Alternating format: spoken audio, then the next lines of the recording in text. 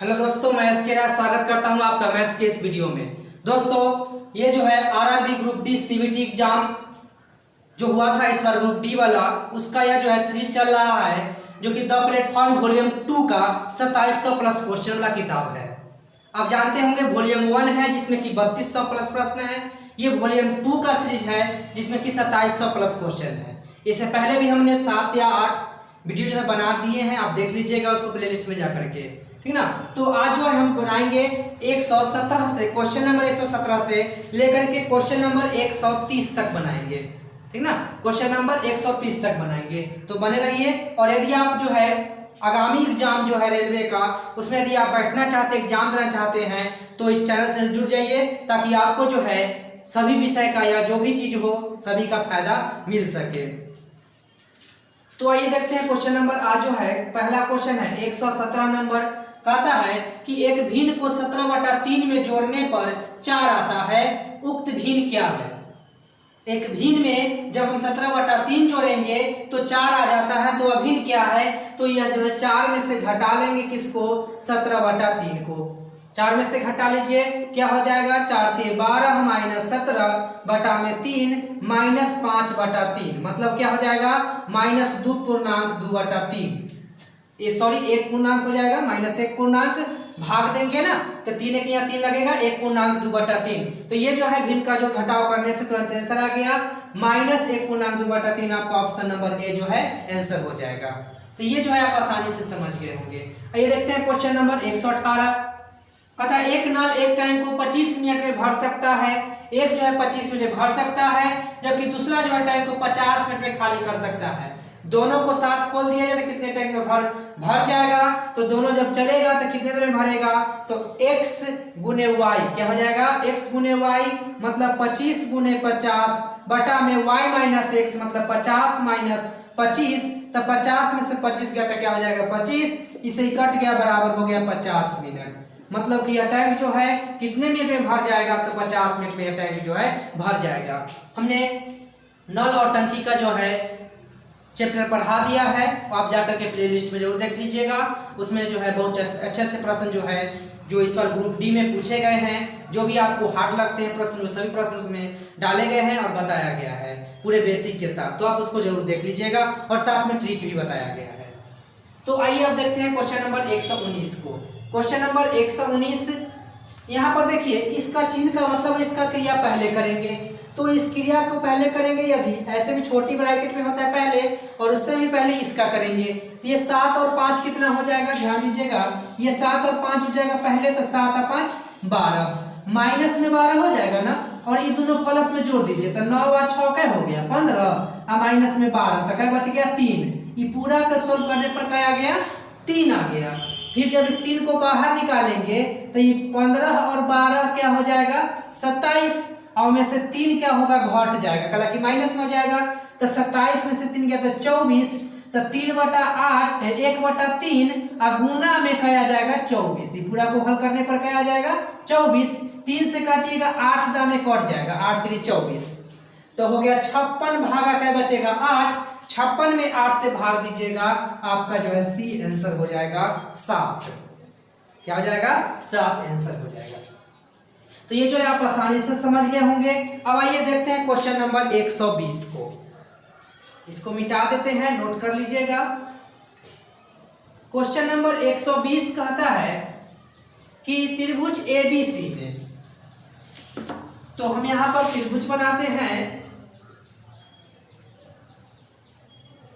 त्रिभुज ABC में AD लंब BC है, AD लंब BC है, लंब AD लंब BC, ये हो गया, मतलब कि BC पर AD क्या है, लंब है। जहां लंब डाला जाता है वहां पर 90 डिग्री कोण बनता है, ये आप समझ लीजिएगा। तो ये जो है लंब डाला, ये 90 डिग्री हो गया।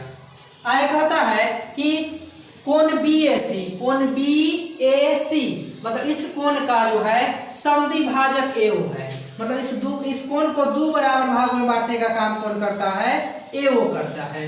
ये AO लाइन जो है थोड़ा और इधर ये ले लेते हैं हम लोग, चलिए मान लेते हैं थोड़ा सपोर्टेड कि चलिए 2 भाग में डिवाइड कर रहा है, तो AO जो है कोण BAC को 2 भाग में डिवाइड कर रहा है, मतलब जितना ये कोण होगा उतना ही ये कोण होगा। आगे क्या कहता है, आगे है यदि ABC, कोण ABC है 65, ABC ये वाला कोण हमको दिया गया है 65 डिग्री, और कोण ACB ये जो है दिया गया है 23.5 डिग्री, ठीक है ना। तो कोण DAO का मान बताना है, कोण DAO का मान बताना है, मतलब इसका वैल्यू हमको ज्ञात करना है। तो इसको ज्ञात करने के लिए हम लोग कुछ नहीं करते हैं, क्या करना है कि दोनों को घटा करके और दूसरे भाग दे दीजिए।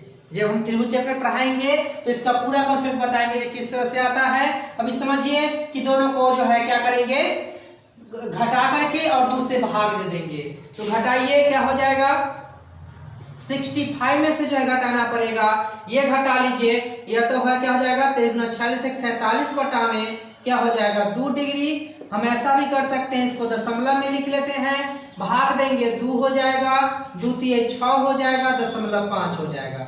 घटाइएगा, 10 में से 5 गया 5, ये हो गया 4 में से 3 गया 1, 6 में से 3 गया 6 में से 2 गया तो 4, 41 जो है 5 डिग्री हो जाएगा। अब देख लीजिए 41.5, ओ दूसरे भाग भी देना है हमको, क्या करना है दूसरे भाग भी देना है, तो घटा लिए, अब दूसरे भाग दे देते हैं, ये क्या हो जाएगा 2 हो जाएगा, 2 के यहाँ 2 हो जाएगा ना, फिर क्या मतलब लगेगा 7 दूना 14 हो जाएगा, और ये 5 दूना 10 हो जाएगा, ये दशमलव एक अंक के बाद चला जाएगा तो 27.5 डिग्री हो जाएगा, जो कि आपका ऑप्शन ही नहीं है, ऑप्शन ही नहीं है। यहाँ पर ध्यान से देखते हैं, फिर देखिए भाग में मिस्टेक हो गया, 2 से लगाएंगे 1 उतरेगा ना तो लगेगा नहीं, 2 संख्या उतारे तो 0 तो देना ही पड़ेगा, सही है 20 दशमलव क्या हो जाएंगे 75 हो जाएंगे, ऑप्शन नंबर ए आपका आंसर हो जाएगा। तो ये आप जो आसानी समझ गए होंगे, कुछ नहीं करना है, दोनों को घटा करके और एक क्या कर देना है दूसरे भाग दे देना है। अब जो है क्वेश्चन नंबर 121 देखते हैं। 121 में कहता है कि एक कस्बे की जनसंख्या जो है 5%, वह किसी महामारी में जो है मर गया, मृत्यु हो गई, बची जनसंख्या 8% घबरा करके छोड़ करके चला गया। यदि कस्बे की कुल जनसंख्या अभी इतना है तो शुरुआत में कस्बे में कुल जनसंख्या कितनी है। देखिए ऐसे प्रश्न हमने प्रतिशत चैप्टर में बताया है और प्रतिशत चैप्टर हमने पढ़ा दिया है, तो आप जाकर के प्लेलिस्ट में जो है जरूर देख लीजिएगा, ताकि आपको प्रतिशत चैप्टर जो है अच्छी तरह से समझ में आने लगे। तो यहाँ पर जो है देखिए लास्ट में जो जनसंख्या बचा हुआ है वह कितना है 88,274। अब क्या करते हैं हम लोग, जो बचा हुआ है उसको 100 बटा में करते चले जाते हैं, तो ये क्या हो जाएगा 100 बटा में क्या हो जाएगा 100 - 8, तो 100 - 8 तक क्या हो जाएगा 92 हो जाएगा, गुना में 100 बटा में 100 - 5 तक कितना हो जाएगा 95 हो जाएगा। अब आपको कुछ नहीं करना है, इसको गुना भाग कर देना है और जो आ जाएगा वही आपका आंसर हो जाएगा। तो ये जो है आप कर लीजिएगा और आंसर जो है कमेंट बॉक्स में जरूर कमेंट कीजिएगा। आइए देखते हैं क्वेश्चन नंबर 122 को। कहता है कि एक धनात्मक पूर्णांक को 40 50 से गुना करने पर यह संख्या पूर्ण वर्ग बन जाती है, इस संख्या का वर्गमूल ज्ञात कीजिए। 40 50 में कितना से गुना करेंगे कि वह पूर्ण वर्ग बन जाएगा, तो इसके लिए क्या करना पड़ेगा जांचना पड़ेगा। तो 40 50 का गुणनखंड हम लोग करेंगे, 2 से लगाएंगे 20 25 हो जाएगा, 2 से लगाएंगे 2 से नहीं लगेगा ये, अब ये 3 से लगेगा 6 3 18 हो जाएगा, और 2 2 7 21 5 3 15 हो जाएगा। फिर क्या हो जाएगा ये 7 5 12 और 6 18, 3 से फिर भी लगेगा, 3 दूनी 6 हो जाएगा, और ये क्या हो जाएगा। अब ऐसे भी देख लीजिए 3 से, अब 2 से तो लगेगा नहीं, कहीं 2 से लग नहीं सकता है, इसका मतलब 2 1 के वो है, इसका मतलब 2 से गुना करने पर ही पक्का हो जाएगा। करके देख लेते हैं 0 और ये 2 से गुना कीजिएगा तो 5 9 10 के 0 हासिल 1, तो 1 और 4 दूना 8 जी हो गया। 8100 जो होता है किसी का वर्ग है, किसका वर्ग है 90 का वर्ग है, तो इसका वर्गमूल क्या हो जाएगा 90 हो जाएगा। तो ये जो है आप आसानी से समझ गए होंगे। आगे है 123 नंबर प्रश्न कहता है कि दीक्षा ने एक परीक्षा में 58% अंक प्राप्त किए, जिसके अधिकतम अंक 450 थे, उसे कितने अंक प्राप्त हुए। और देखिए 450 अंक था, उसमें से वो 58% अंक प्राप्त की, तो 450 का जो है 58% ज्ञात कीजिए, यही आपका आंसर हो जाएगा। तो इसको जो है गुना करके और लिख दीजिएगा, वही आंसर हो जाएगा।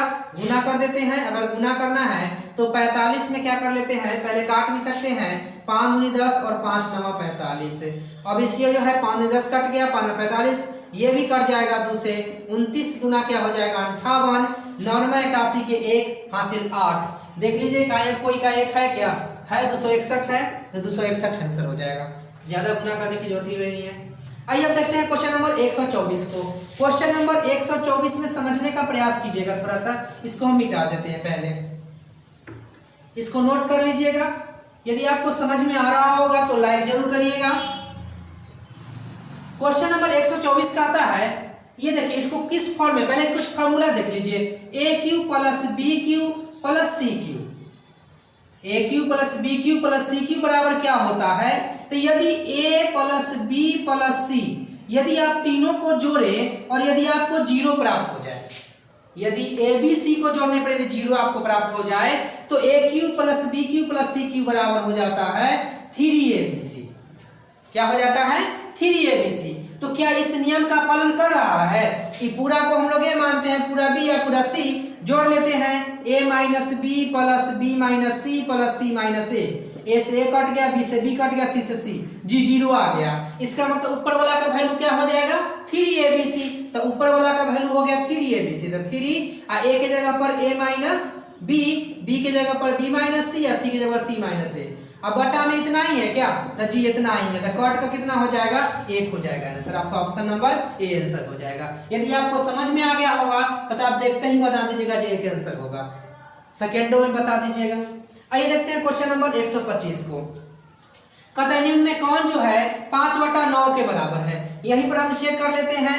यदि देखिए इसको 5/9 है ना, तो इसका मतलब 5 से काटना चाहिए, 9 से कटेगा, तो इसको 5 से काटिएगा तो क्या हो जाएगा? 2 1 हो जाएगा क्या? 5 दूनी 10 और 5 1 5। अब इसको 9 से काटिएगा तो 9 दूनी 18, 1 8, 9 दूनी 18। अब देखिए ये दोनों एक ही मतलब कटना चाहिए, 21 मतलब में कटा, ये 22 मतलब में कटा, तो ये तो बराबर नहीं हुआ 5/9 के, ये 5/9 के बराबर नहीं हुआ। इसको देख लेते हैं तो भी ये 5 से काटिएगा तो ये 16 हो जाएगा और 9 से भी काटिएगा तो 16 हो जाएगा, मतलब ये 5/9 के बराबर हो जाएगा। इसको 5 से काटिएगा तो 8, इसको 5 से काटिएगा तो 9, ये भी हो जाएगा, सॉरी 8 हो जाएगा, ये भी हो जाएगा। 5 से काटिएगा तो 5 और ये भी 5 हो जाएगा, ये हो गया। तो क्या पूछा? कौन बराबर नहीं है? तो ये बराबर नहीं था, तो ये आंसर हो गया, ये आंसर हो गया। सभी 5/9 के बराबर है। भाग काट दीजिएगा ना, और अगर बराबर आ गया आंसर हर दोनों तो है, और नहीं आया मतलब बराबर नहीं है, सीधा सी बात है। आइए देखते हैं क्वेश्चन नंबर 126। 126 क्वेश्चन देखने से पहले कुछ बात को समझ लीजिए। द्विघात समीकरण, ये बात जो है द्विघात समीकरण एक चैप्टर हम पढ़ाएंगे, ठीक ना, आपको आने वाले समय में। पहले हम थोड़ा सा यहाँ पर इसके बारे में जानकारी प्राप्त कर लेते हैं ताकि आपको जो है बेहतर समझ में आ जाए। समझिएगा, इसका व्यापक रूप जो होता है x² + bx + c = 0 होता है, जहां a = not 0। ये जो हो जाएगा, ये जो होता है इसका द्विघात समीकरण का व्यापक रूप होता है। इसका विविक्तर या विवेचक जो हम लोग ज्ञात करते हैं, विवेचक जो ज्ञात करते हैं वह जो होता है इसको d से डिनोट किया जाता है, b² - 4ac होता है फॉर्मूला। क्या होता है? b² - 4ac, जहां b होता है x का गुणांक, a होता है x² का गुणांक और c होता है अचर पद। अब ये निकालते हैं, ये क्यों निकालते हैं? तो मूलों की प्रकृति मालूम करने के लिए, मूलों की प्रकृति मालूम करने के लिए हम जो है विवेचक ज्ञात करते हैं। एक और चीज लिखिएगा कि ये द्विघात बहुपद है तो इसके कितने शून्यक, या द्विघात समीकरण है तो कितने शून्यक हो सकते हैं? तो 2 शून्यक होंगे। त्रिघात के 3 होंगे। अब इसमें विभिन्न प्रकार से हो सकते हैं, वास्तविक भिन्न हो सकता है, वास्तविक और समान हो सकता है। तो ये डी निकालने के बाद, विवेचक निकालने के बाद हम मालूम कर लेते हैं कि कैसा होता है। अब ध्यान दीजिएगा, इसमें मान लीजिए 2 शून्यक हो गया, एक अल्फा हो गया और एक बीटा हो गया। तो अल्फा प्लस बीटा मतलब कि दोनों का योग जो होता है शून्यक का, वह होता है -b/a। क्या होता है? -b/a, मतलब x का गुणांक, हम इसको यह भी लिख सकते हैं x का गुणांक, और बटा में क्या लिख सकते हैं? x² का गुणांक, माइनस में x का गुणांक हो जाएगा। इसी तरह से अल्फा इंटू बीटा होता है c/a, इसको लिख सकते हैं अचर पद, और बटा में x² का गुणांक, क्या लिख सकते हैं? x² का गुणांक। तो ये चीज जो है आप ध्यान में रखिएगा, इसको ये नोट कर लीजिए और इसको जो है याद रखिएगा। इसे डायरेक्ट एग्जाम में जो है क्वेश्चन पूछे जा सकते हैं। इसको मिटाते हैं, फिर हम क्वेश्चन पे चलते हैं, इसको नोट जरूर कर लीजिएगा। क्वेश्चन नंबर 126 कहता है कि अल्फा और बीटा इतना का और गामा के मूल है, और यदि d1 और d2 इसके सापेक्षिक विविक्तर है, मतलब विवेचक भी इसको बोलते हैं, ठीक ना। तो ये और समांतर श्रेणी में है, तो d1 बटा में d2 ज्ञात करना है। तो देखिए समीकरण 1 हमारा क्या है, पहला समीकरण देखते हैं क्या है, ax² plus bx plus c equal 0। तो इसमें तो a के बराबर है, b के बराबर है, c के बराबर है। बताए थे ना x² का गुणांक a, x का गुणांक b और अचर पद c, पहले बताए थे। अब ध्यान दीजिएगा, तो इसका विवेचक अगर निकलेगा d1 तो क्या हो जाएगा, b² माइनस 4ac, ऐसे इतना ही रह जाएगा, ठीक ना। अगर हम दूसरा समीकरण देखते हैं तो दूसरा समीकरण हमारा क्या है, px² प्लस में qx प्लस में r बराबर 0।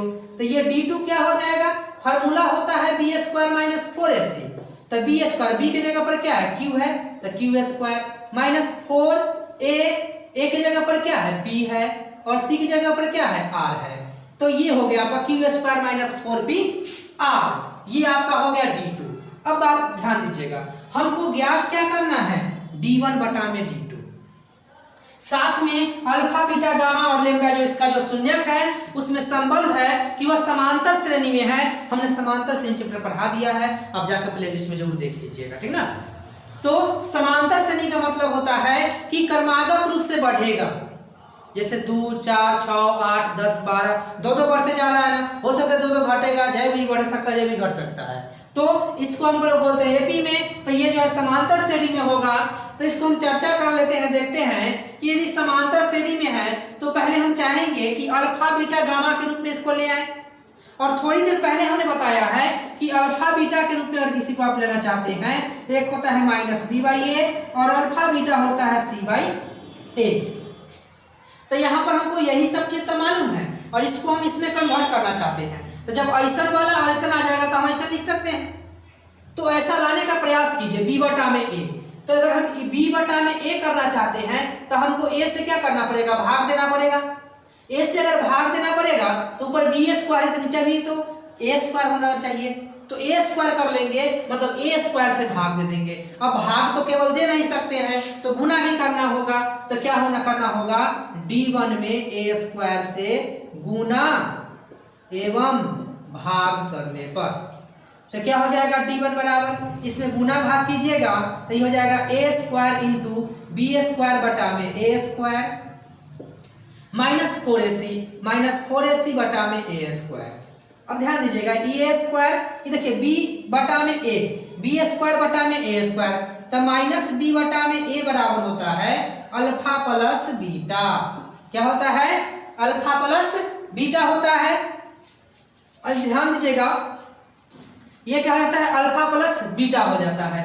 अब यहाँ पर क्या है कि ये जो है किस रूप में है, कहा गया ये है, हाँ, तो ये क्या है, अल्फा प्लस बीटा है। अब चूंकि यहाँ पर स्क्वायर है, माइनस हट गया, स्क्वायर है, तो ये भी स्क्वायर हो जाएगा ना, मतलब हम इसको लिख सकते हैं अल्फा प्लस बीटा के होल स्क्वायर माइनस, तो माइनस के चिन्ह माइनस दे दिए।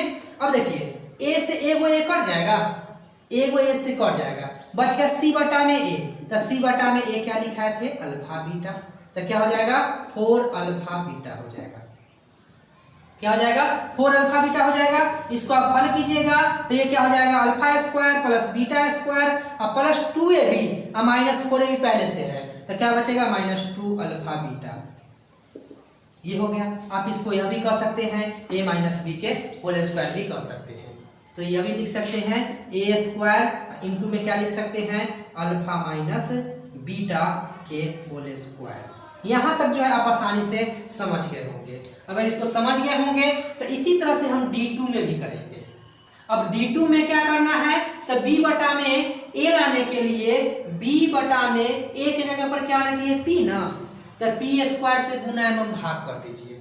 जब आप p स्क्वायर से गुना एवं भाग कीजिएगा p स्क्वायर से, तो क्या आ जाएगा, तब आ जाएगा p स्क्वायर इंटू क्या आ जाएगा, तो ये अल्फा और बीटा का, इसका अल्फा और बीटा क्या था कि दूसरे समीकरण का क्या था, गामा और लेम्डा था, तो गामा और लेम्डा था, तो क्या हो जाएगा गामा माइनस लेम्डा का होल स्क्वायर समीकरण 2, कुछ इस रूप का आ जाएगा। अब क्या करना था हमको, दोनों का क्या निकालना है, अनुपात निकालना है। अनुपात निकालना है तो बटा में लिखकर काट दीजिए, इसको लिखेगा, ये हो जाएगा a स्क्वायर ए स्क्वायर यहाँ पर है ना, D1 जब हम लोग याद किए थे तो क्या आ गया था ए स्क्वायर, ये ए है, ए स्क्वायर इंटू क्या आ जाएगा अल्फा माइनस बीटा के होल स्क्वायर, बटा में क्या हो जाएगा पी स्क्वायर और गामा माइनस लेमडा के होल स्क्वायर। अब ध्यान दीजिएगा एपी में क्या होता है ना कि लगातार दो पदों के बीच का अंतर समान होता है, तो यदि एपी में है तो जितना अल्फा माइनस बीटा होगा उतना ही बीटा माइनस गामा होगा, उतना ही गामा माइनस लेमडा होगा।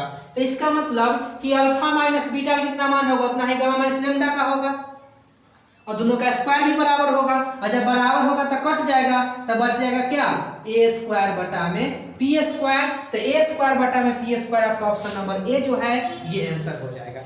तो इसको बनाने के क्रम में आपको बहुत सारा जो है इसके बारे में नॉलेज भी हुआ होगा, बहुत सारा चीज मालूम पड़ा होगा जो किस तरह से इसके द्विघात समीकरण के कुछ गुण होते हैं। तो इतना जो है आप नोट कर लीजिए। हम और 4 प्रश्न लेते हैं क्योंकि हमने बताया था 130 तक हम बताएंगे, तो इसको नोट कर लीजिए।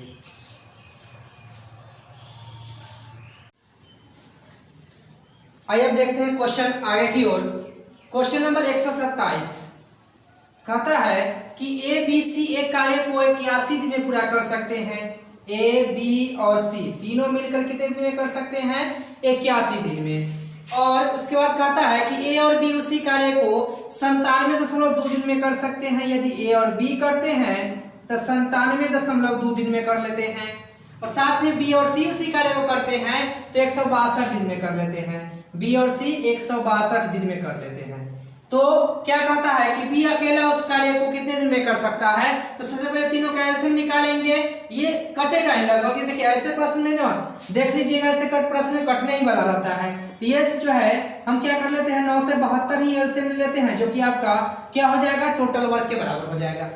टोटल वर्क 9 से 72 हो जाएगा। इसको काटिएगा कैसे लगेगा 81 से काटिए, 81 से तो 81 से अगर एक मरतबे लगाइएगा तो 81 ये क्या हो जाएगा 6 1 2, तो 2 मरतबे मतलब कि 12 से जो है कट जाएगा। ये कितना से कट जाएगा 12 से कट जाएगा। उसके बाद हो जाएगा इससे काटिएगा तो कैसे कटेगा 10 से कट जाएगा, और इससे काटिएगा इससे तो ये कैसे कटेगा तो 6 से कट जाएगा ये। चलिए अब देखते हैं ए बी सी मिलकर एक दिन में कितना काम करेगा 12 काम करेगा। ए और बी मिलकर के 10 काम करेगा, बी और सी मिलकर के 6 काम करेगा। यदि हम ये दोनों को ऐड कर देते हैं, ध्यान से समझिएगा, दोनों को ऐड कीजिए, ए प्लस कै गो बी 2 गो बी और प्लस सी मिलकर एक कितना काम करेगा एक दिन में 16 काम, जबकि ए बी सी मिलकर क्या काम कर रहा है 12 काम। यदि हम 12 घटा लेते हैं ए बी सी का घटा लेते हैं तो केवल बी का ही वो कार्य बचेगा। एक दिन में क्या काम करेगा 4 काम करेगा। एक दिन में कितना काम करेगा 4 काम करेगा। अब एक दिन में 4 काम करेगा, जबकि इसको पूरा काम करना है कितना 9 से 72, तो 4 से भाग दे दीजिए। 4 से काटिएगा 2 मरतबे में 1 7, तो क्या 4 चौक 16 4 ते 12, 243 दिन में जो है बी इस कार्य को समाप्त कर देगा। ऑप्शन नंबर सी जो है आपका आंसर हो जाएगा। इसे देख लिए होंगे, बहुत ही ये आसान प्रश्न था।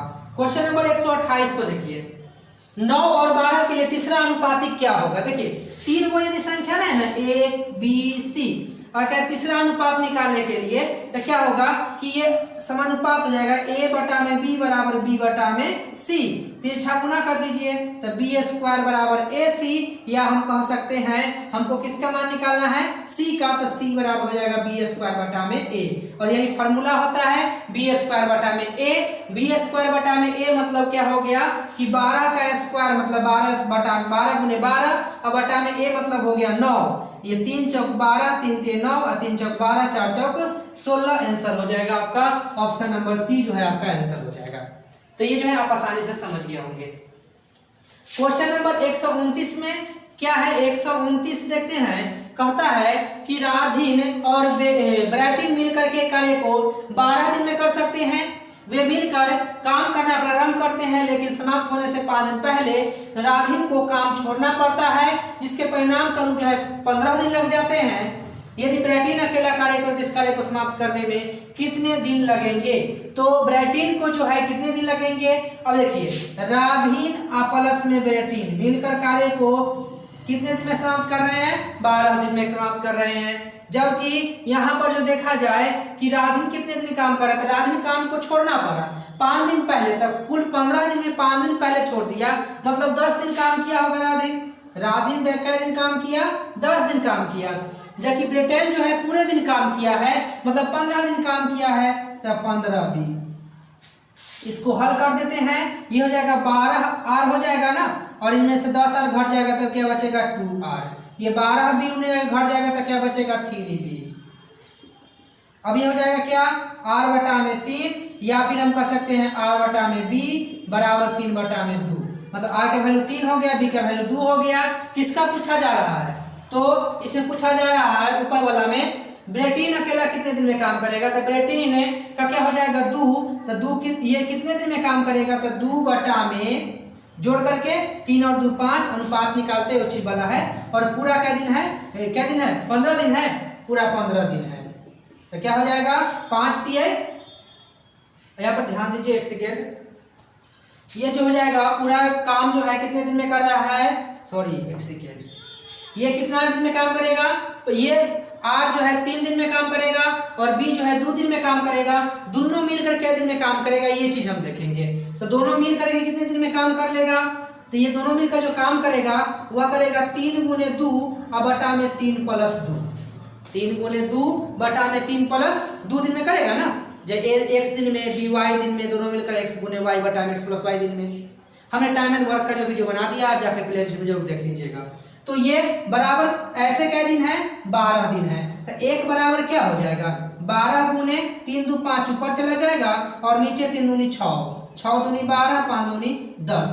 तो ये जो है 10 दिन में जो है काम समाप्त करेगा कौन, ये एक भाग हो गया। जबकि हमसे पूछा किसके बारे में जा रहा है ब्रेटीन, तो ब्रेटीन का भाग कितना है 2, तब कितने दिन में काम समाप्त हो जाएंगे, तो 20 दिन में जो है यह कार्य समाप्त हो जाएगा, 20 दिन में इस कार्य को समाप्त कर लिया जाएगा ब्रेटीन के द्वारा। और उसके द्वारा कितने दिन में करेगा, तो 3, और 3 जो है उसके द्वारा करेगा तो 3 10 30 दिन में कौन करेगा, तो ये राधिन कर देगा 30 दिन में। बहुत ही आसान था। आइए क्वेश्चन नंबर 130 को देखते हैं, इसको नोट मिटा देते हैं, आप नोट कर लीजिएगा। 130 नंबर क्वेश्चन कहता है कि एक कक्षा में जो है 18 लड़के हैं, तो बॉयज जो है मालूम है कै गो है 18 गो, कुछ लड़कियां हैं गर्ल्स मालूम नहीं है। एक परीक्षा में लड़कों का औसत अंक 12 है, तो कुल अंक जो हो जाएगा, कुल अंक बॉयज का वह हो जाएगा 18 गुने 12, औसत से गुना करते हैं ना, गुना कर देंगे 18 36 के 6 से 3, 18 3 21 216। गर्ल्स की संख्या मान लेते हैं x, तो कुल अंक जो हो जाएगा गर्ल्स का वह कितना हो जाएगा, औसत कितना है, औसत कितना है गर्ल्स का, जबकि लड़कियां के 14 दिन थे, अंक होगा, ये दिन हो गया ठीक ना, अंक होगा, अंक थे, तो 14 हो जाएगा, तो कितना हो जाएंगे इसके 14x हो जाएगा। जबकि कुल औसत कितना है, तो कुल औसत क्या हो जाएगा, कुल योग पहले 216 और प्लस में 14x बराबर क्या हो जाएगा 13.1, और इंटू में क्या हो जाएगा 18 लड़के मालूम है, लड़कियां x है। इसको हल कर दीजिए, जो x का वैल्यू आएगा वही आपका आंसर हो जाएगा, वही आंसर नहीं होगा क्योंकि कुल छात्रों की संख्या पूछा जा रहा है। तो जो x का आंसर आएगा, x में क्या जोड़ देंगे 18 जोड़ देंगे, और x में 18 जोड़ने पर जो आपका मान आएगा वही आंसर हो जाएगा। तो ये जो है आपको समझ में आ गया होगा। आज जो है 15 क्वेश्चन का सीरीज था, और यह सीरीज चलता है, और आपको जो है एक तरफ से ये सीरीज भी चल रहा है और दूसरी तरफ से चैप्टर वाइज चैप्टर जो है पढ़ाया जा रहा है मैथ, तो आप उसको भी देखा कीजिए और इसको भी एक दिन में। हालांकि एक दिन में जो है कोई एक ही वीडियो रहता है, यदि ये सीरीज आज चलाएगा तो आज जो है आप चैप्टर वाइज वाला जो होता है वीडियो वही नहीं जाएगा। तो आप जो है एक दिन में एक वीडियो चलाता है, आप आसानी से देख सकते हैं और आपका रिवाइज हो जाएगा और बहुत ही जल्द देखते देखते खत्म भी हो जाएगा और आप आसानी से सीख भी जाइएगा। तो आज के लिए इतना ही, धन्यवाद।